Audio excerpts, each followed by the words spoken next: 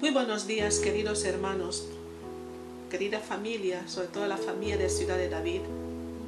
Ahí en sus hogares donde estén, muy buenos días. Lo que empezamos la semana pasada fue un acierto por parte de Dios, porque ya teníamos todo preparado para ello.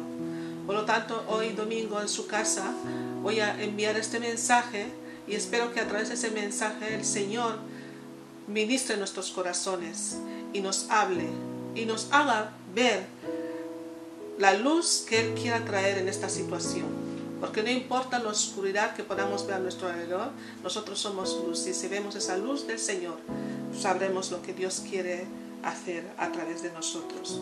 Mi mensaje hoy lo voy a titular El poder del decreto, el poder del decreto, y vamos a abrir nuestras Biblias en el libro de Juan, del Evangelio de Juan, capítulo 1, capítulo 9, versículos 1 al 7. Evangelio de Juan, capítulo 9, versículos 1 al 7. Espero que abras la Biblia al Evangelio de Juan, capítulo 9, versículos 1 al 7. Y dice: al pasar Jesús vio a un hombre ciego de nacimiento. Y le preguntaron sus discípulos diciendo: Rabí, ¿quién pecó, este o sus padres, para que haya nacido ciego? Respondió Jesús: no es que pecó este ni sus padres, sino para que las obras de Dios se manifiesten en él. Me es necesario hacer las obras del que me envió, entre tanto que el día dura. La noche viene cuando nadie puede trabajar. Entre tanto que estoy en el mundo, luz soy del mundo.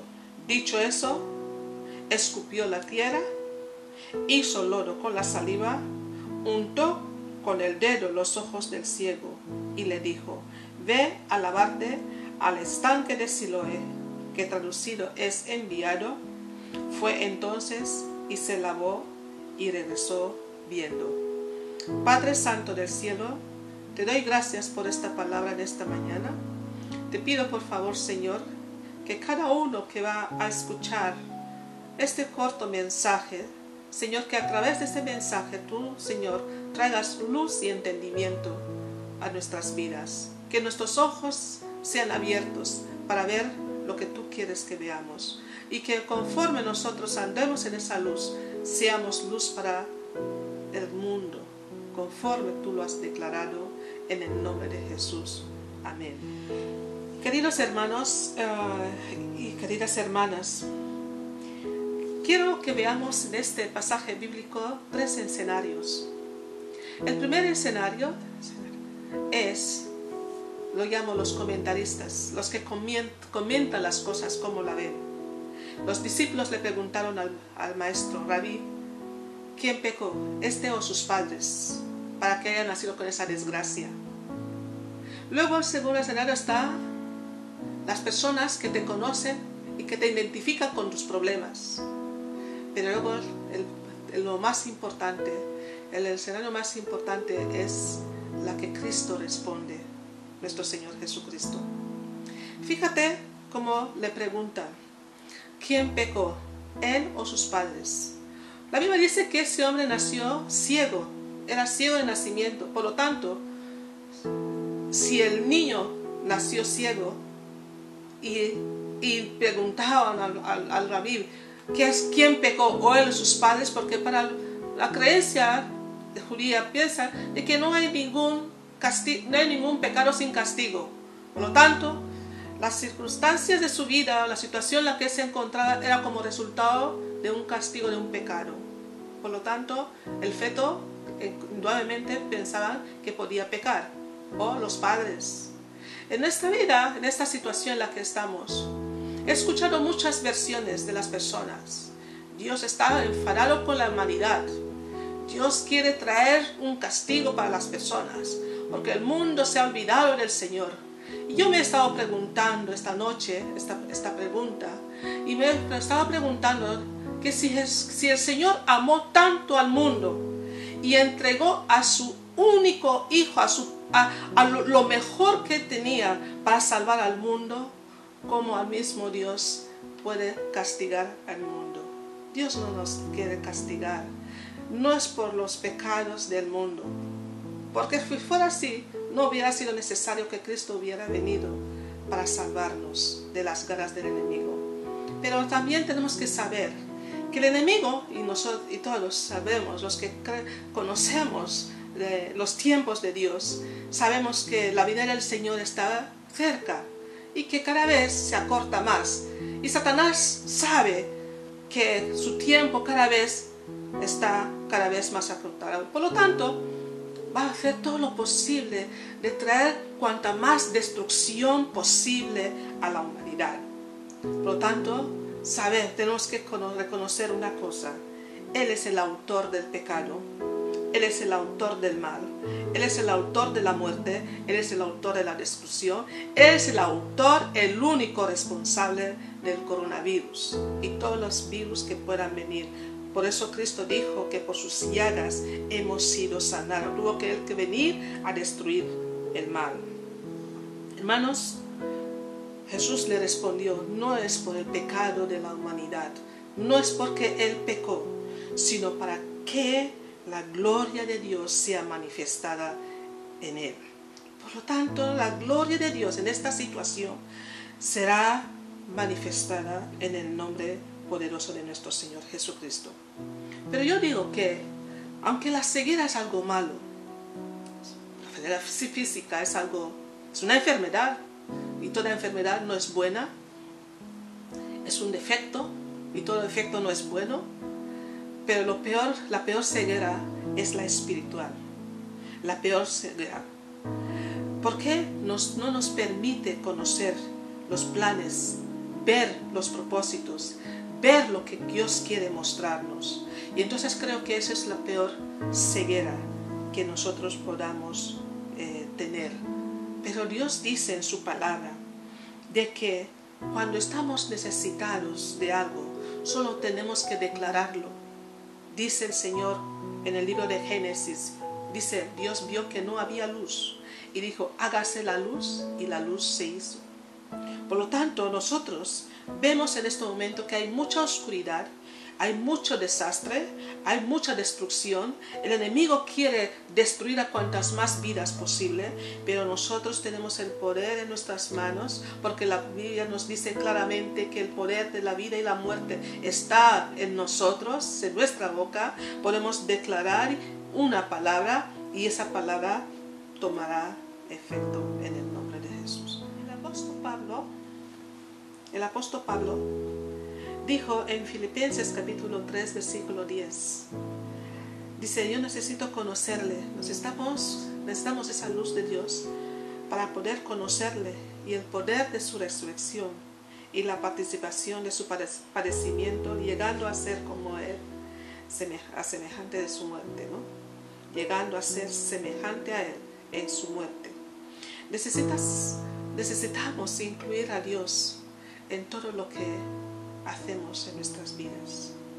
En toda nuestra agenda, todo nuestro día a día, necesitamos de verdad poner a Dios, involucrarle en todo lo que hacemos. En todas nuestras decisiones necesitamos involucrarle. Por eso dice el libro de Juan, el Evangelio de Juan, dice la palabra que en Él estaba la vida, porque en Él está la vida, y la vida era la luz de los hombres.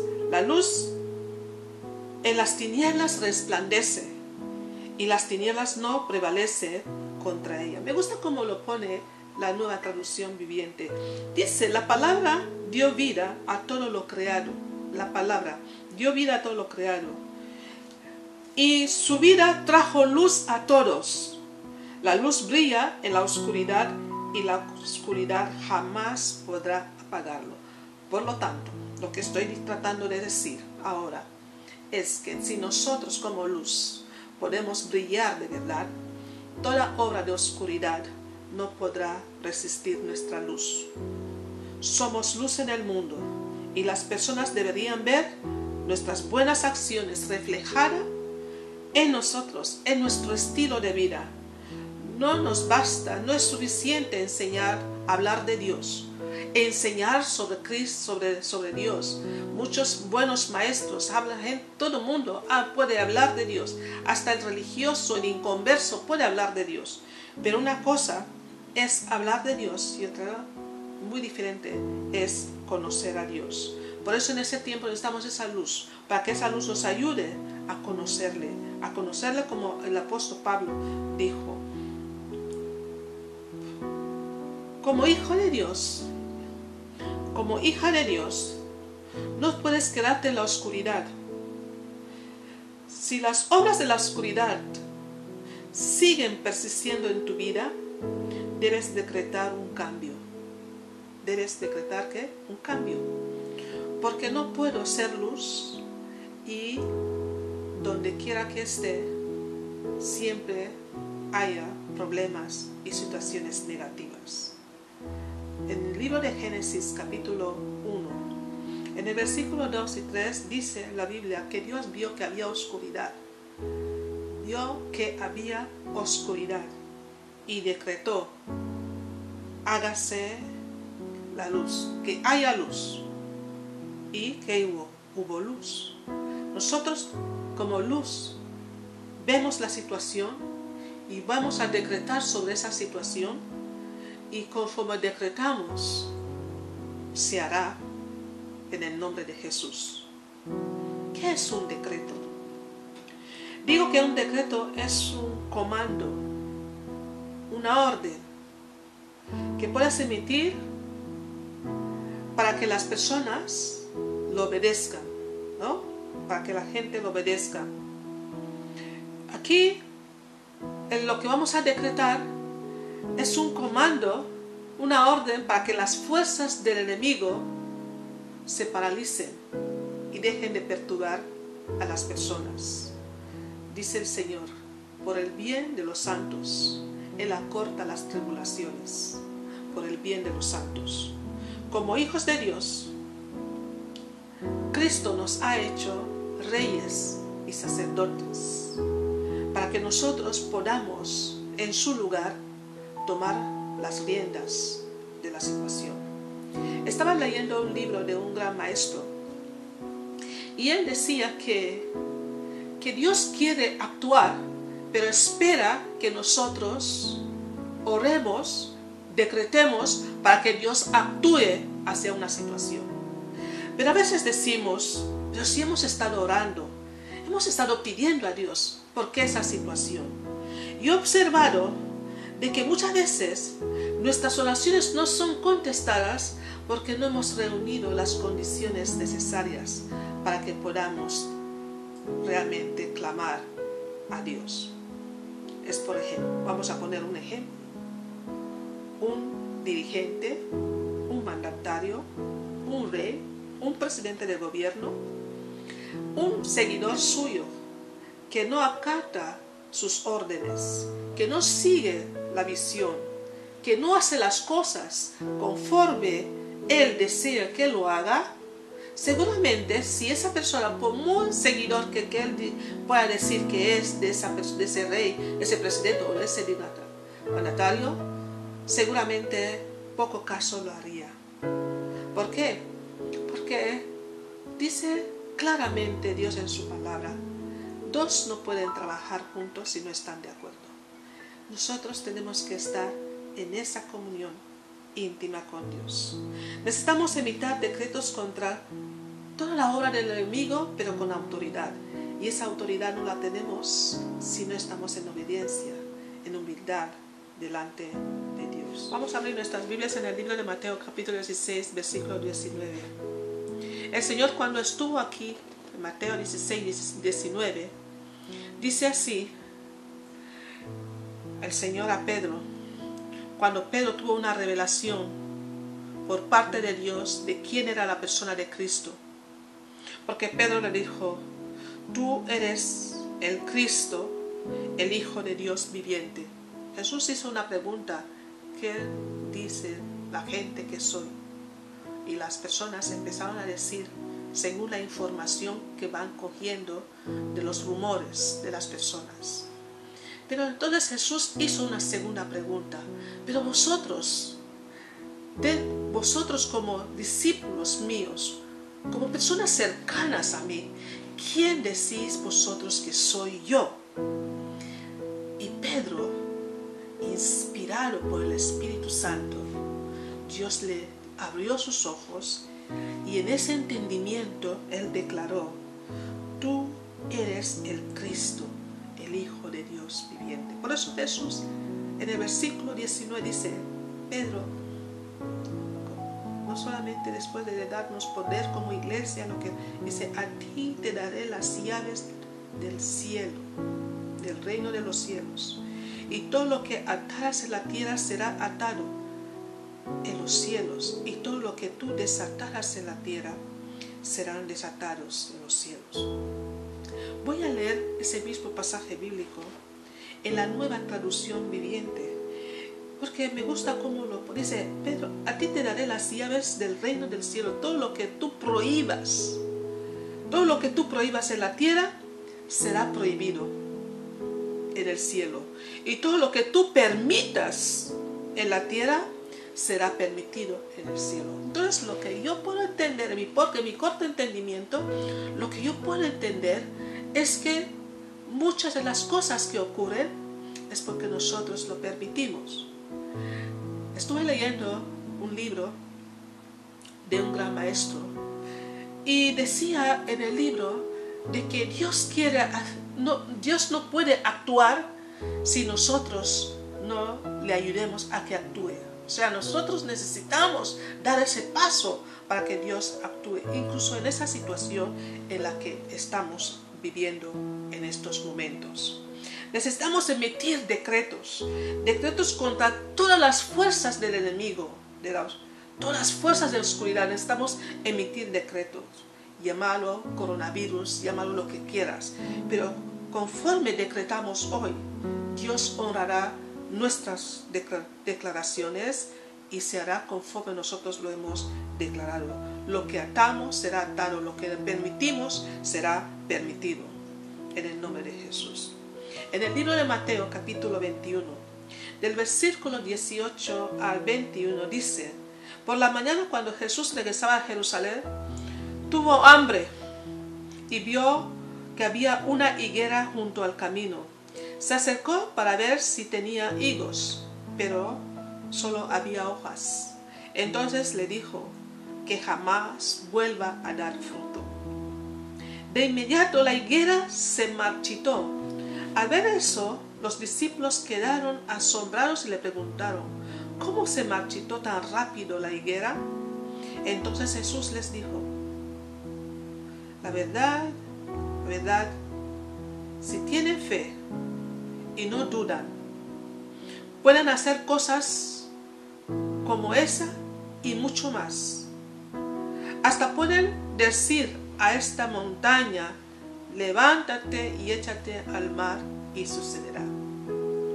¿Qué es lo que estoy diciendo? Dice el Señor que si nosotros tenemos una poquita fe, unimos nuestra fe y decimos: coronavirus, en el nombre de Jesús, Cristo de Nazaret, te ordenamos que tú ahora eres anulado, destruido y echado fuera de las vidas de las personas, al abismo donde tú vienes. Así se hará. ¿Por qué? Porque lo dice su palabra. Pero hermanos, para que podamos hacer eso, hay unos requisitos. Sí, hermanos, necesitamos reunir unos requisitos para que nosotros podamos decretar una cosa y tener el apoyo del cielo. Dice el Señor: si nosotros permitimos algo, será permitido en el cielo. Lo que nosotros rechazamos aquí será rechazado por Él. Es su palabra, y su palabra es fiel. Es sí y amén. Él no es hombre para mentir. El hombre promete lo que no puede cumplir, pero Dios honra su palabra, incluso mucho más que su propio nombre. Y esa es su palabra, y en esa palabra vamos a afianzarnos, pero hay unos requisitos que tenemos que cumplir. Para que yo pueda decretar una cosa sobre una situación, y los cielos apoyarme, y que ese decreto sea decretado también en los cielos, tengo que tener una buena, íntima relación con Dios. Hermanos, hablamos mucho de Dios. Enseñamos, la gente enseña mucho de Dios. Pero realmente a veces me pregunto, ¿realmente conocemos a Dios? ¿Conoces realmente a Dios? ¿Conoces realmente a Dios? Porque hay cosas que cuando tú observas que las personas que decimos que llevamos esa luz de Dios en nosotros, hay cosas que cuando tú ves lo que hacen esas personas, te preguntas realmente, ¿por qué?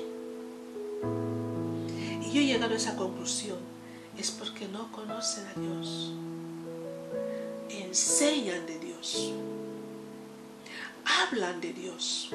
El religioso habla de Dios, el inconverso puede hablar de Dios.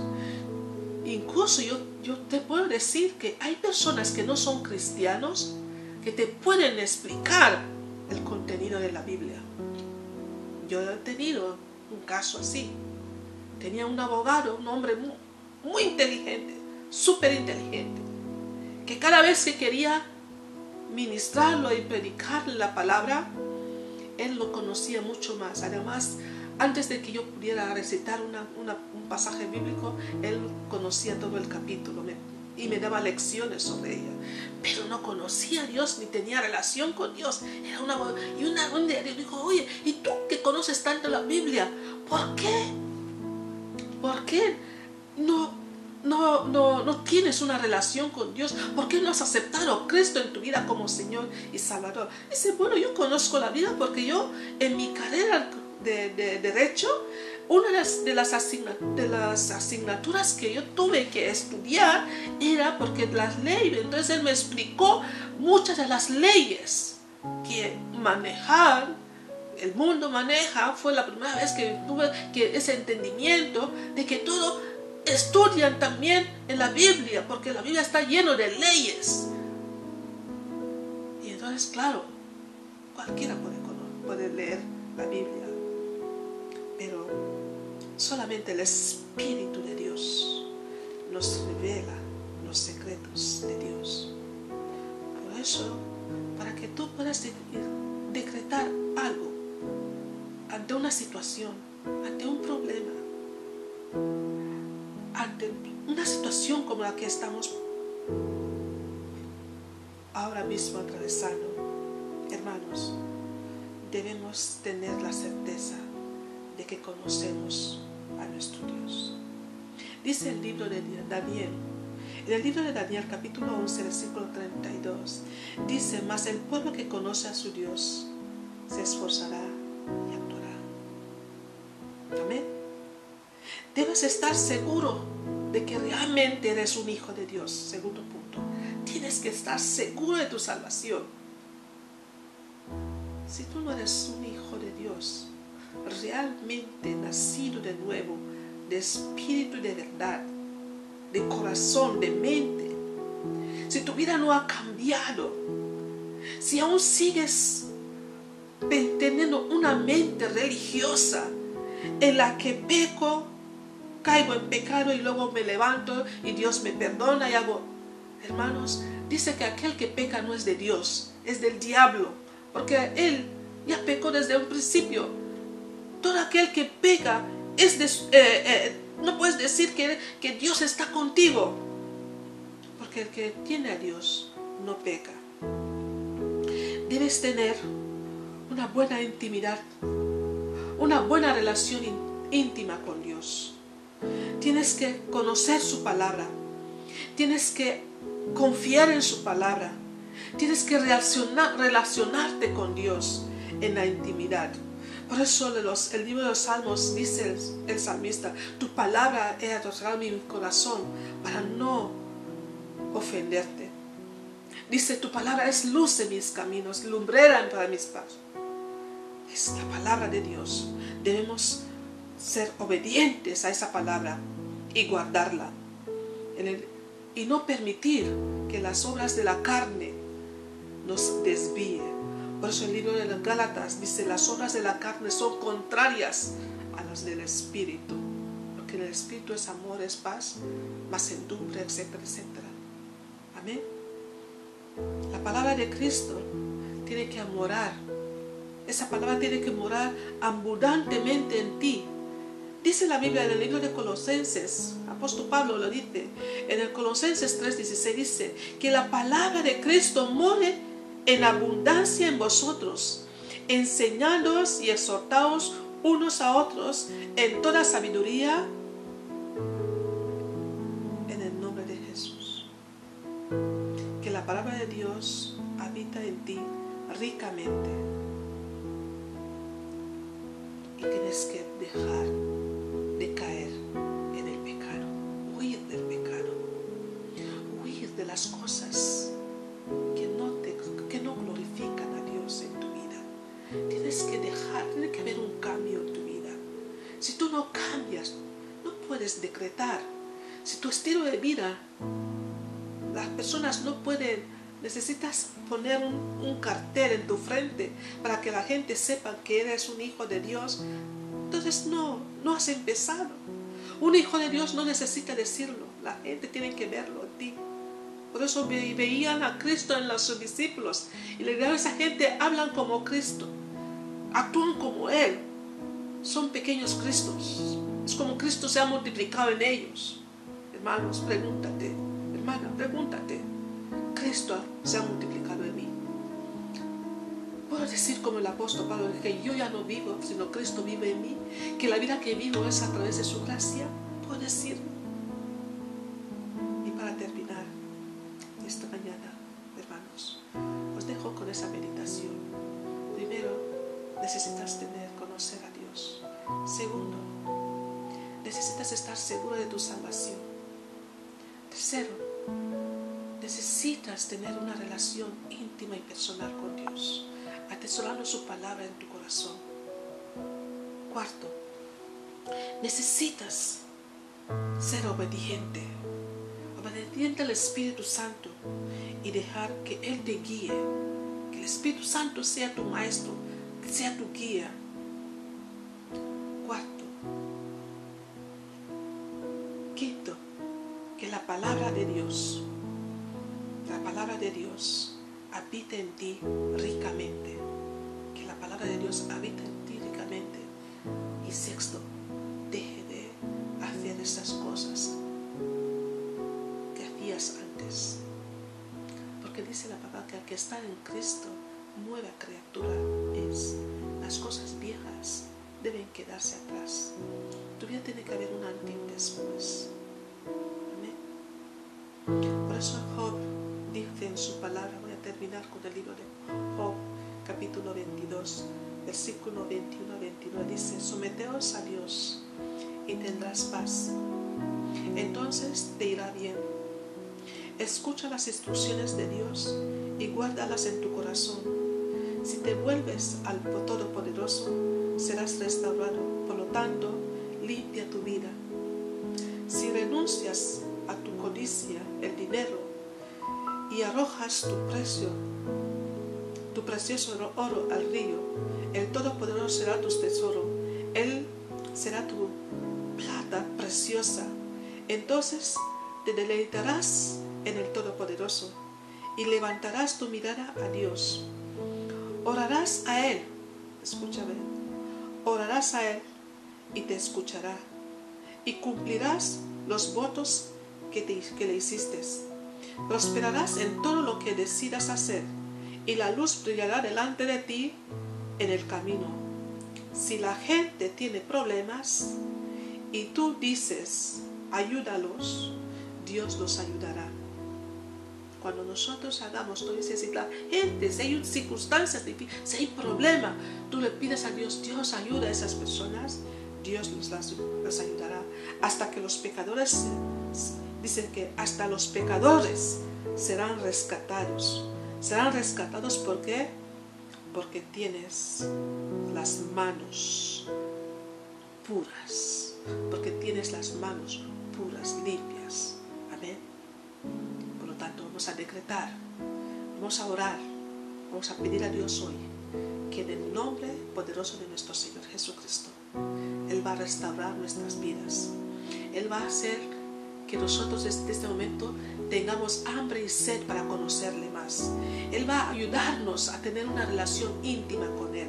Él va a ayudarnos para que nosotros estemos seguros de que realmente somos hijos de Dios. Dice que el Espíritu de Dios es el que testifica dentro de nosotros y nos da esa confirmación de que nosotros realmente somos hijos de Dios cuando hemos llegado a esta comunión, a esa relación. Tenemos que dejar que el Espíritu Santo nos guíe, que Él sea nuestra guía, que no hagamos cosas para contestar el Espíritu, para hacerle enfadar. Dice, no contristes el Espíritu, es persona, es alguien que necesita que tú le obedezcas y que Él sea tu guía. Y sobre todo, hermanos, deja de pecar, de hacer esas cosas que no agradan a Dios. Y verás